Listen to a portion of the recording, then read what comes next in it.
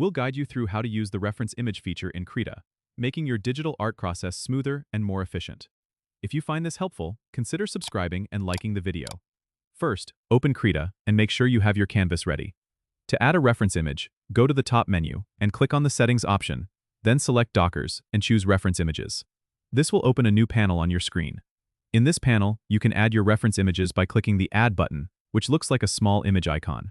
Navigate to the location of the image file you want to use and select it. Once your image is added, you can drag and drop it anywhere within the Reference Images panel. You can resize and rotate the image by clicking and dragging the corners. If you need to move the image around, just click and drag it to your preferred position. This feature is handy as it allows you to have multiple reference images open at once without cluttering your main canvas. If you want to adjust the opacity of the reference image to better blend with your canvas, you can do so by right-clicking on the image in the Reference Images panel and selecting the Properties option. Adjust the opacity slider to your preference. You can also toggle the visibility of the reference images by clicking on the eye icon next to each image.